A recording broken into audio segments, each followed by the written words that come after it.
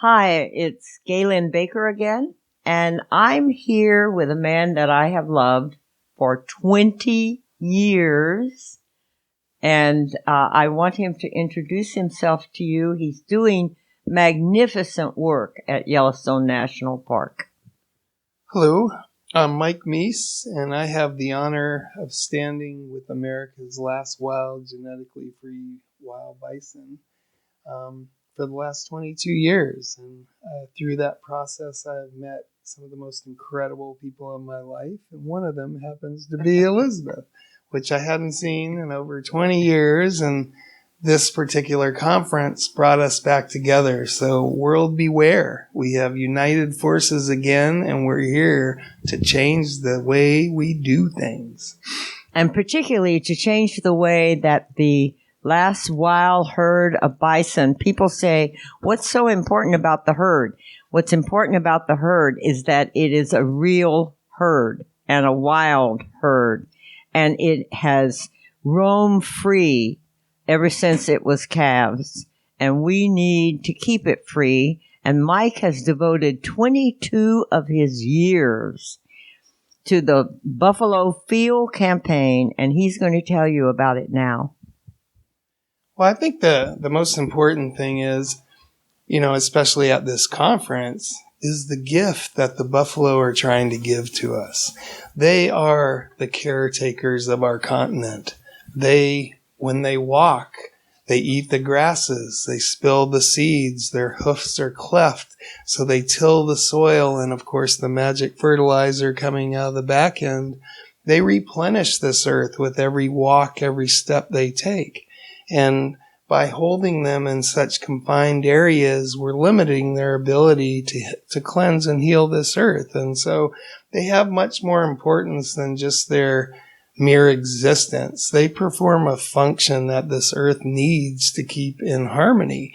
And without the buffalo, we no longer have the great grasslands of this continent. And this particular herd that resides in the Yellowstone ecosystem, they're the last descendants of the 30 to 60 million that roam this continent, and that's all we have left now. And so we need to bring them back.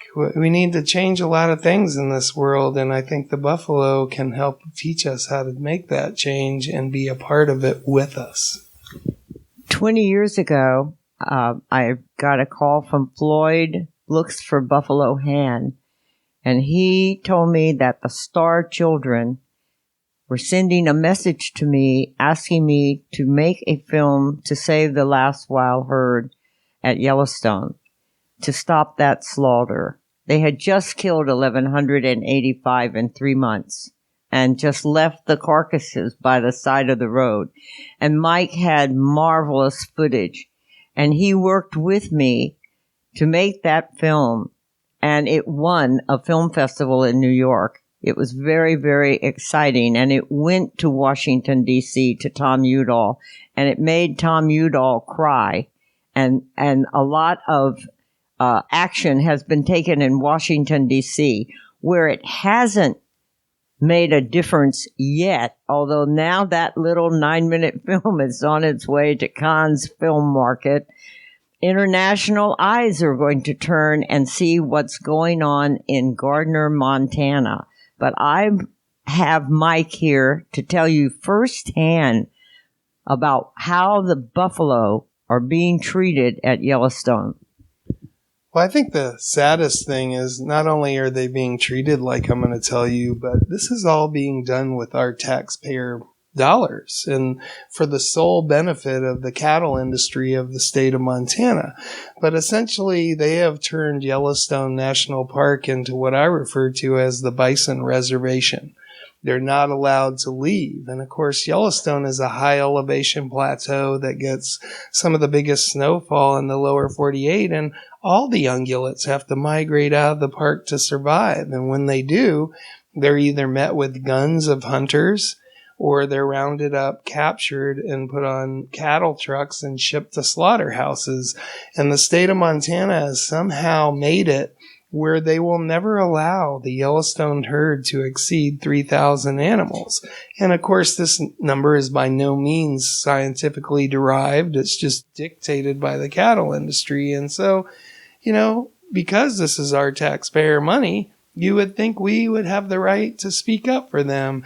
Because if we can't let wild buffalo roam in the surrounding areas of Yellowstone Park, Idaho, Wyoming, and Montana, where else could we do it? We have plenty of national forests, plenty of areas that are crying for the buffalo to come back and heal the earth.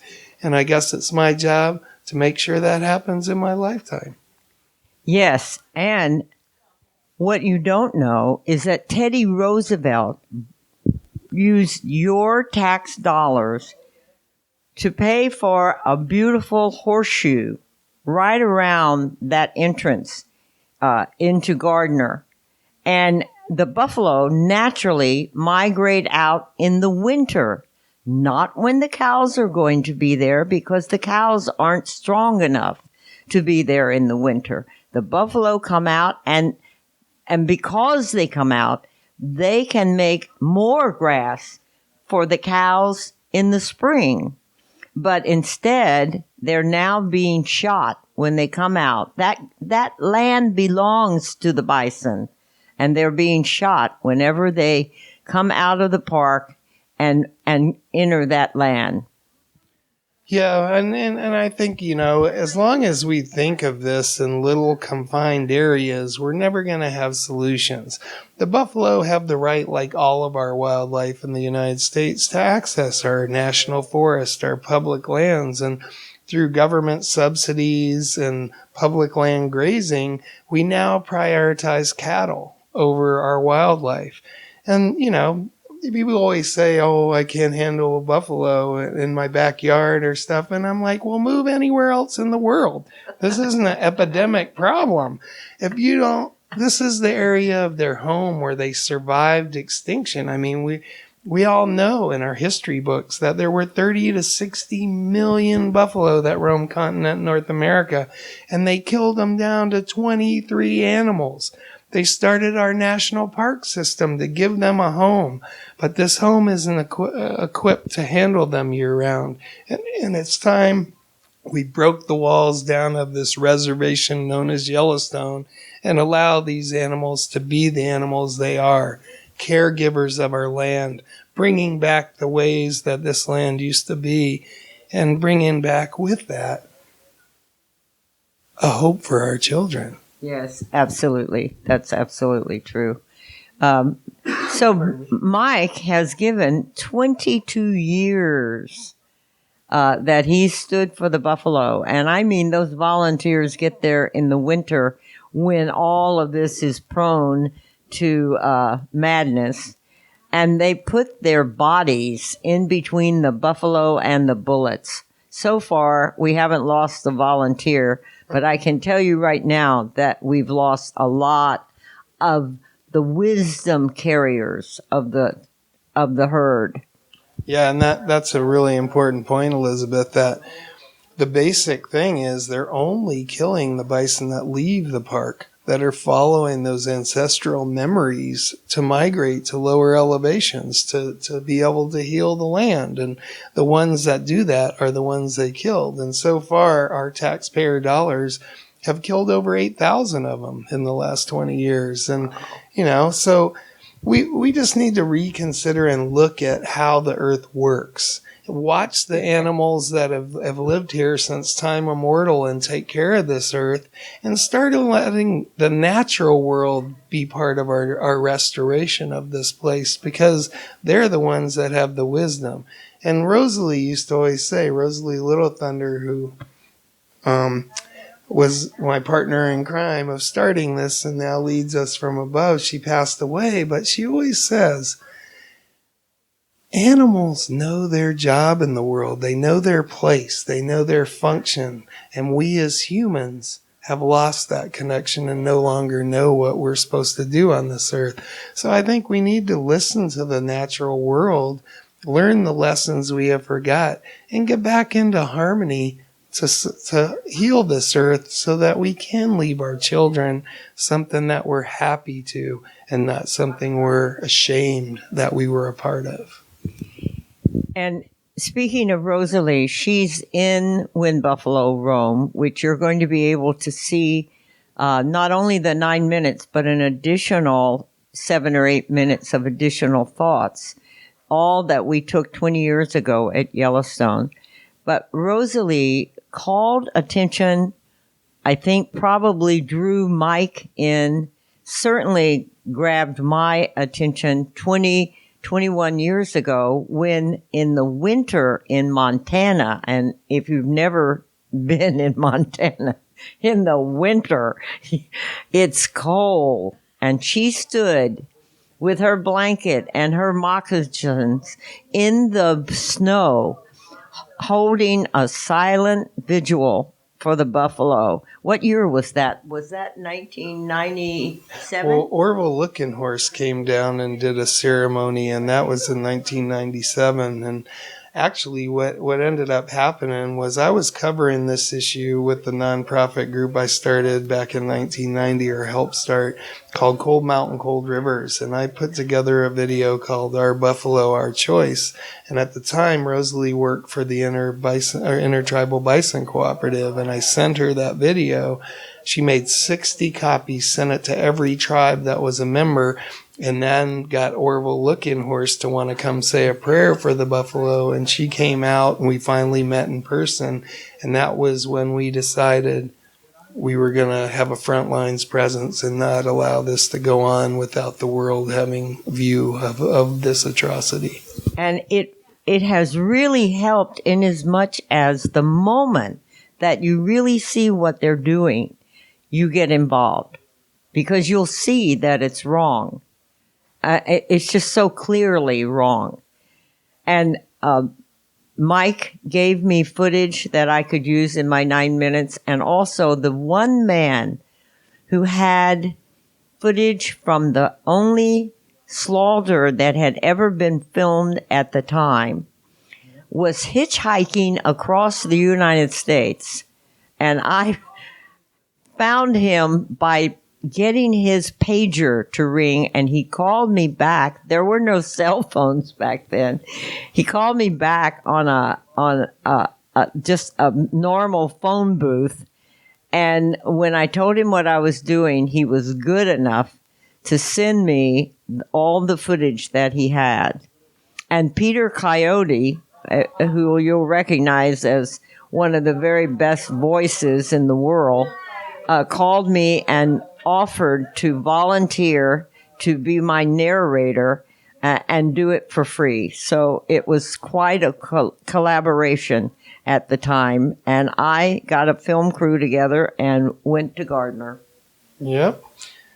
Yeah. So is that about the story that we want to tell?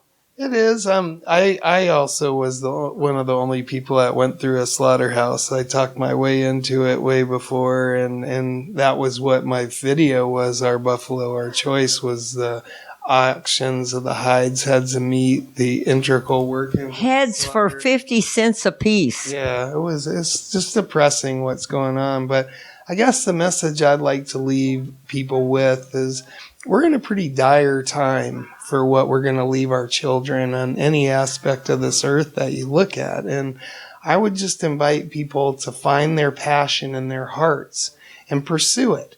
And don't ever let anyone tell you you can't do something.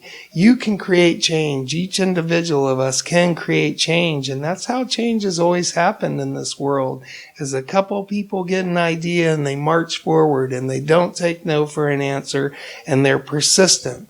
One of my favorite people in the world, Brock Evans, who's one of the authors of the Endangered Species Act, has a mantra that I think everyone should follow. And it goes, endless pressure, endlessly applied, will create change. So never give up. Outlive the bastards and create this change, because it's our responsibility to do that. And one other little question, and that is, Have you been on this path ever since you were a little boy? When did this all start for Well, I grew up an Army brat, grew up all around the world, and got to see a lot of things that I thought were pretty wrong in that process. And I went away to school at the University of Montana at age 18, and then I started to learn about Montana and the wilds and what it was. And, growing up, my grandparents lived in Clearwater, Florida, and I got to swim with porpoises. So the love was already there, but my ability to create change for the things I love came with age. But, like I said, any one of us can do this. I'm not anyone special. Anyone that has passion in their heart to create change for this world should do it. And don't take no for an answer, because we need you. This earth needs you. Your children need you to do this, or we're not going to be living life is not going to be able to inhabit this planet for much longer if we don't create these changes. Because it isn't just the buffalo. It isn't just the polar bears. It isn't just the land getting too dry and not growing food. Believe you me, the endangered species now is human beings. So if we want to continue with a lifestyle we love on the land that we love, we need to wake up and realize that this planet is alive, that we are standing on a living being, and we need to respect her, because everything that we have comes from the mother, this planet. Amen. Amen. Thank you. Thank you, Mike. Thank you, beautiful.